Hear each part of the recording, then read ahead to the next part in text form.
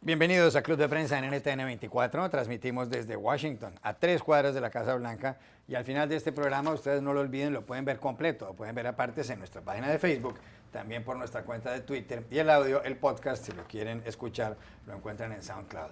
Les doy la bienvenida a los invitados a Club de Prensa. En primer lugar, Juan Carlos Hidalgo, investigador costarricense del Cato Institute, uno de los centros de análisis y de pensamiento más conocidos de Washington. Bienvenido a esta mesa, como siempre. Buenos días. Raquel Godos, corresponsal de la Agencia Española de Noticias EFE, bienvenida también. Gracias, Juan Carlos. Y Pepe López Zamorano, corresponsal jefe de la Agencia Mexicana de Noticias Notimex, bienvenido a esta casa. Gracias.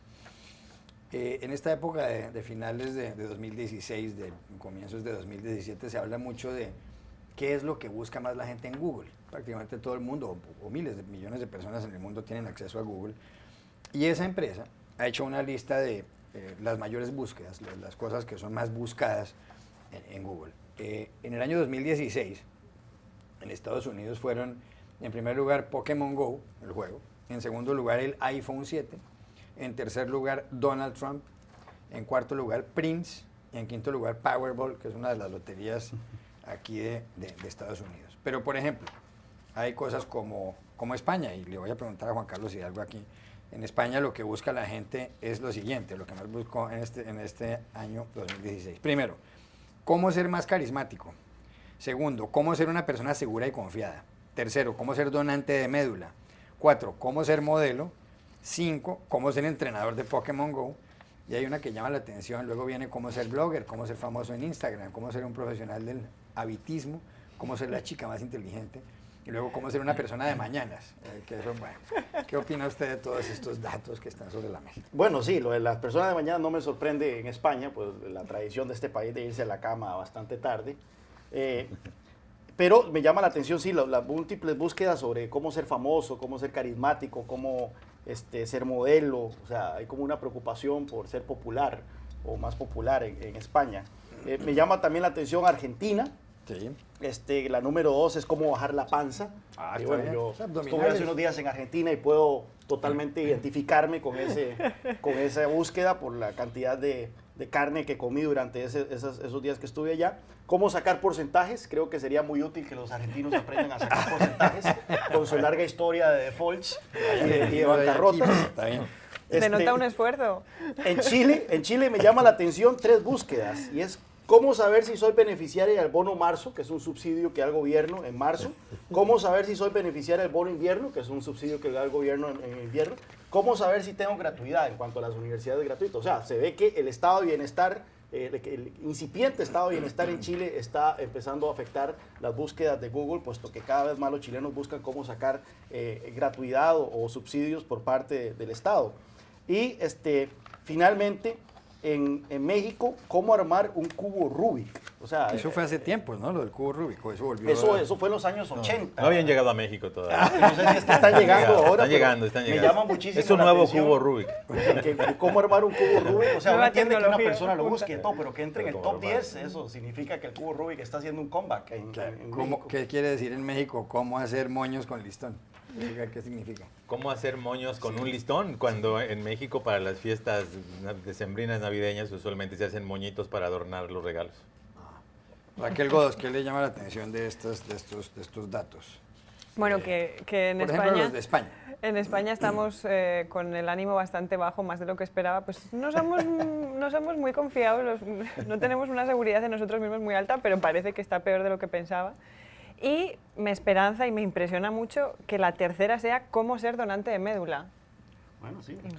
De verdad, orgullo España patrio. es un país donde hay muchos donantes. Impresionante. Muchos trasplantes, eso es cierto. En cuanto a lo de los argentinos, citaba Juan Carlos lo de bajar la panza, pero es que la número 1 es cómo hacer panqueques, entonces está directamente relacionada. Primero es la primera y después viene el cómo bajar la panza. Y... Bueno, hay una que está buena en Argentina, le hemos dicho, ¿cómo saber si estoy embarazada? Sí, claro, es que ahí tienen... No, y además, no, eso es preocupante porque además en Argentina tienen unos índices muy preocupantes de embarazo adolescente. Y no queda claro cuál panza es la que están tratando de bajar, ¿verdad? Ah, bueno, eso es otra cosa. Eso es otra cosa. Sí, es muy curioso. Y en México, Pepe López Zamorano, a ver, en México, ¿cómo descargar Pokémon Go? ¿Cómo van las elecciones en Estados Unidos? ¿Cómo cambiar la contraseña del módem? Eso sí que es complicado. ¿Cómo murió Juan Gabriel? ¿Cómo programar la televisión? Tampoco se entiende nunca. ¿Cómo funciona Uber? ¿Cómo afecta el Brexit a México? ¿Cómo armaron un cubo Rubik? Eso, ¿cómo murió Mario Almada? ¿Y cómo hacer moños con listón? Bueno, primero tengo que explicar quién es Mario Almada, porque probablemente muchos no lo conocen. Mario Almada es un muy gran actor mexicano, muy popular. Primero empezó haciendo series del oeste y después pasó a lo que ha sido también una corriente que son series de sicarios y todo esto, así que muy querido, igual que Juan Gabriel, por supuesto, el gran ídolo de México. Bueno, a mí esto me confirma, independientemente de las particularidades, es de que este tema del internet y las redes sociales ha servido para básicamente nada, para alimentar la frivolidad y el ego de las personas. Quiero creer que esto no es un estudio sociológico y que de repente hay variables que tienen que ver incluso con la época del año, como esta idea de hacer panqueques, ¿no? Que es la número 1 en Argentina, ¿no? Pero esta idea de cómo buscar ser más carismático, que es en el caso de España, ¿no? El amor en el caso de Brasil, en Chile la política, en Colombia el plebiscito, ¿no? Y en México este Pokémon es todo un retrato sociológico de nuestras poblaciones, ¿no? Tú y yo somos amantes de las enciclopedias. Tú pudiste comprarte la británica y a mí no me alcanzó, solamente me alcanzó para la americana, ¿verdad? Y la primera vez que salió en CD-ROM... Yo duré endeudado varios años comprando la enciclopedia pero británica, a la cual le debo lo poco que sé, creo. Pero la primera vez que salió la británica en CD-ROM, que era mucho más barata que la versión impresa, no tienes idea para mí el gozo que fue comprarme mi lector, que me costó como $1000, ¿no? Y tener la británica porque podías entrar a un mundo de conocimientos. Básicamente te respondía cualquier pregunta. Saber que tiene ahora la humanidad este instrumento maravilloso que es las redes sociales, el internet, para poder conocer lo que sea. Y vemos lamentablemente que una gran proporción, al menos en nuestros países hispanoparlantes, de las búsquedas tienen que ver con cosas frívolas. Es un poquito triste, te voy a decir, Franco. Bueno, es interesante porque en Costa Rica hace poco salió un estudio del BID sobre el impacto que el uso de tecnología está teniendo en los salones de clase. Y uno pensaría que los salones de clase, al tener internet y al tener conectividad, están mejorando la calidad de la educación. Y más bien en estudiantes de 7º año encontró que el impacto del internet en el salón de clase es contraproducente. Y mucho tiene que ver porque a qué se dedica el acceso a internet. Parecer están buscando cosas frívolas que no tienen nada que ver con lo que deberían estar buscando o estudiando. Yo no sé si estos datos aparentemente son fiables, está en un artículo del periódico El País de Madrid, pero en el caso de Colombia suenan como demasiado inteligentes las preguntas, ¿no? Porque, y no lo digo porque yo sea colombiano. ¿Y tú que lo conoces bien? No lo digo porque yo sea colombiano, pero es que empieza, ¿qué es el plebiscito? Se refiere al plebiscito, y es una pregunta obvia, al plebiscito en el que la gente terminó además rechazando el acuerdo firmado el 26 de septiembre con las FARC. El plebiscito fue el 2 de octubre. ¿Qué es el Zika? Es verdad que fue un virus que afectó muchísimo a Colombia. ¿Qué es el Brexit? El retiro del Reino Unido de la Unión Europea. ¿Qué es la elasticidad? Eso yo no lo sé. No sé si es que estaba hablando el ministro de Hacienda de la elasticidad de la demanda o alguna cosa así. ¿Qué es la Comunidad del Anillo? Y la Comunidad del Anillo era una red de homosexuales ilegal dentro de la policía. ¿Qué es nepotismo?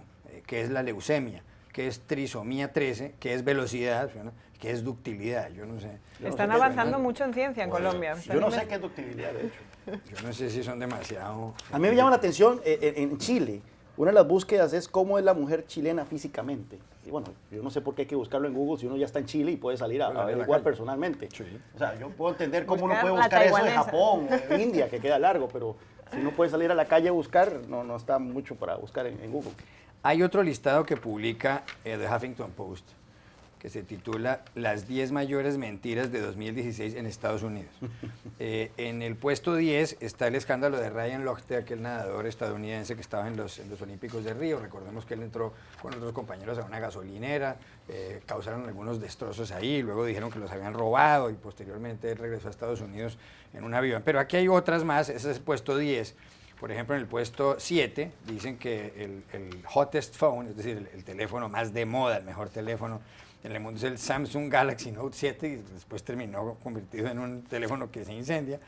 Después hablaba en el puesto 6 del final de Roger Ailes, el que era presidente de Fox News, que se descubrió que había sido un hombre que había acosado sexualmente a muchas mujeres. Pero aquí hay otras más, como por ejemplo en el puesto 2 está el asunto de los atletas rusos en los Olímpicos, que muchos decían que eran fantásticos y ahora se ha descubierto que detrás de eso había una red de dopaje también auspiciada incluso por las autoridades rusas. Y en el puesto 1 aquí en Estados Unidos está el llamado Pizzagate, una pizzería llamada Comet aquí al norte de Washington, en donde alguien en una noticia falsa dijo que se trataba de un lugar donde Hillary Clinton, la Entonces, candidata demócrata a las elecciones presidenciales había montado una conspiración y de pronto entró un señor a esta pizzería donde va gente común, muchas de las personas que vienen a este programa de la pizzería, entró un hombre con un rifle de asalto y una cosa y la otra. Y se descubrió que por supuesto todo era mentira, afortunadamente no hubo muertos. ¿Cuáles son las grandes mentiras de este año para ustedes, las que recuerden por encima? No voy a criticar esta lista porque cada quien tiene su derecho, ¿no?, inalienable a sacar sus propias listas, pero para mí la mayor mentira del 2016, por mucho, y no tiene mucha competencia, tiene nombre y apellido.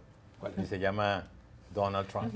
Esa es la gran mentira. Es la gran mentira. O sea, si tú ves lo que nos vendió y ves lo que nos estaba entregando antes de llegar al poder, especialmente a los periodistas que creímos en algunas de las cosas que dijo que las iba a cumplir, o sobre todo a los millones de estadounidenses que estaban esperando justamente un gobierno de cambio, ¿no?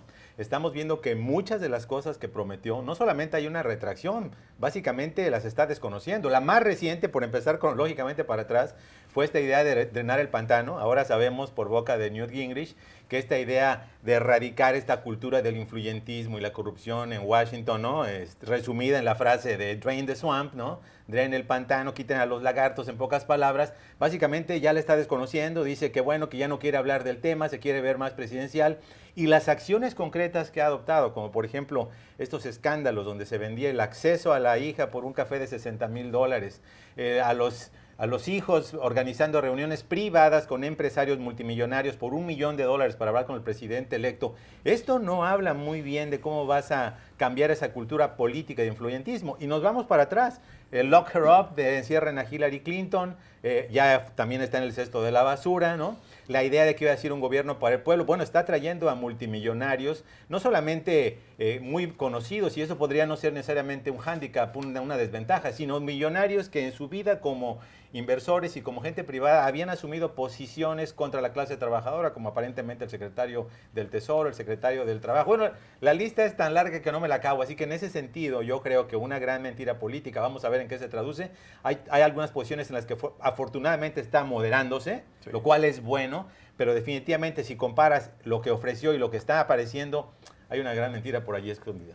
Ya regresamos a Club de Prensa.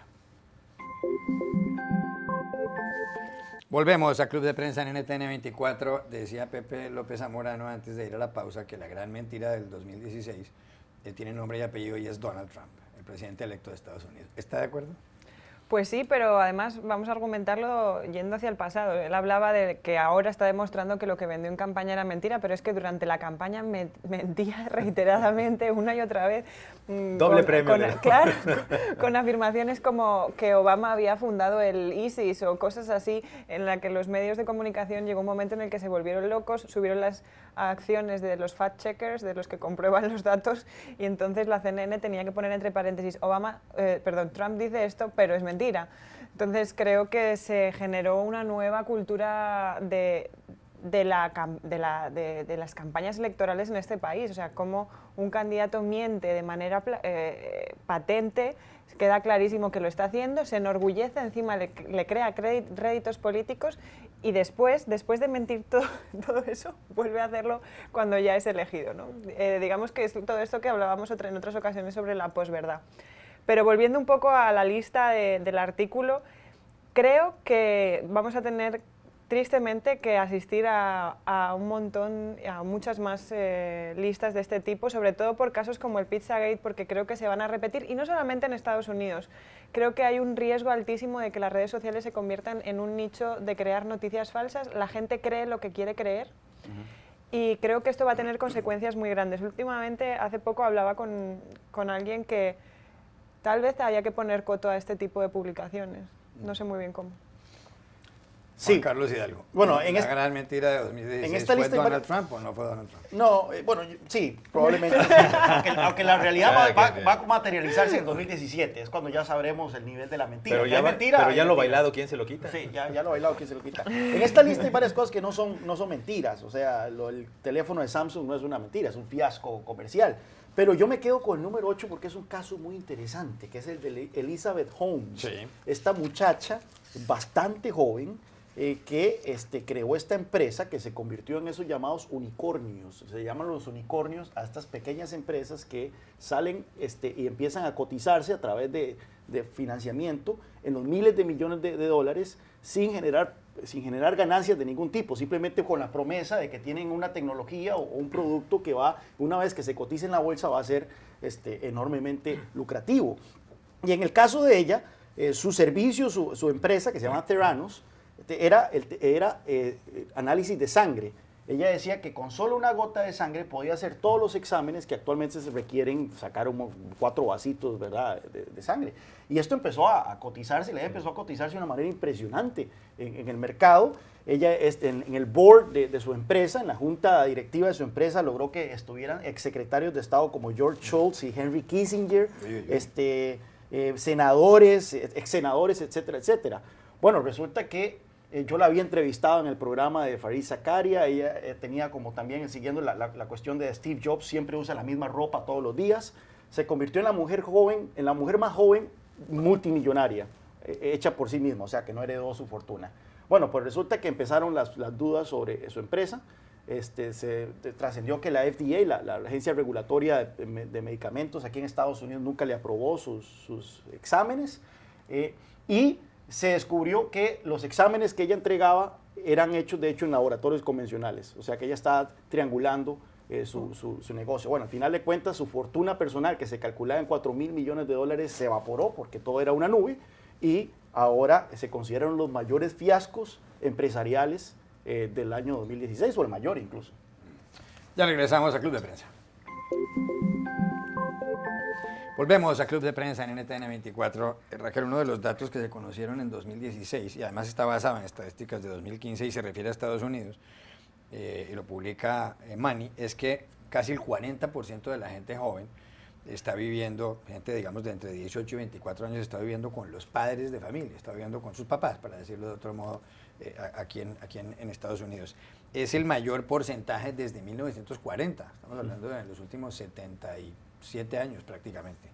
Le extraña este fenómeno porque sobre todo aquí el desempleo es muy bajo, está en el 4,5%, y la economía además se está recuperando. ¿Le extraña este fenómeno? ¿Cómo lo explica?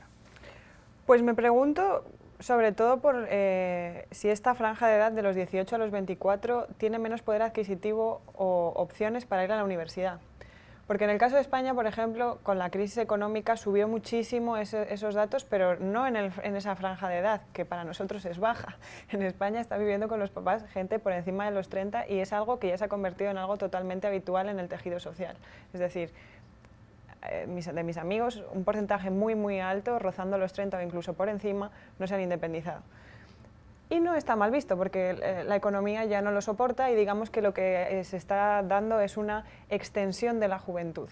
Lo que antes hacían los padres, nuestros padres, entre los 18 y los 25, es decir, formarse, encontrar una pareja, casarse y tal vez no comprarse una casa, puede ser en el mejor de los casos, sí, pero sí independizarse a un piso y marcharse de casa. Esto no está pasando en España en esa edad y no me parece raro en Estados Unidos, porque al fin y al cabo la capacidad adquisitiva de la gente ha bajado muchísimo, claro, y el acceso a este tipo de servicios también. Así que bueno, creo que el dato pues, es significativo y creo que puede crecer. 30 segundos.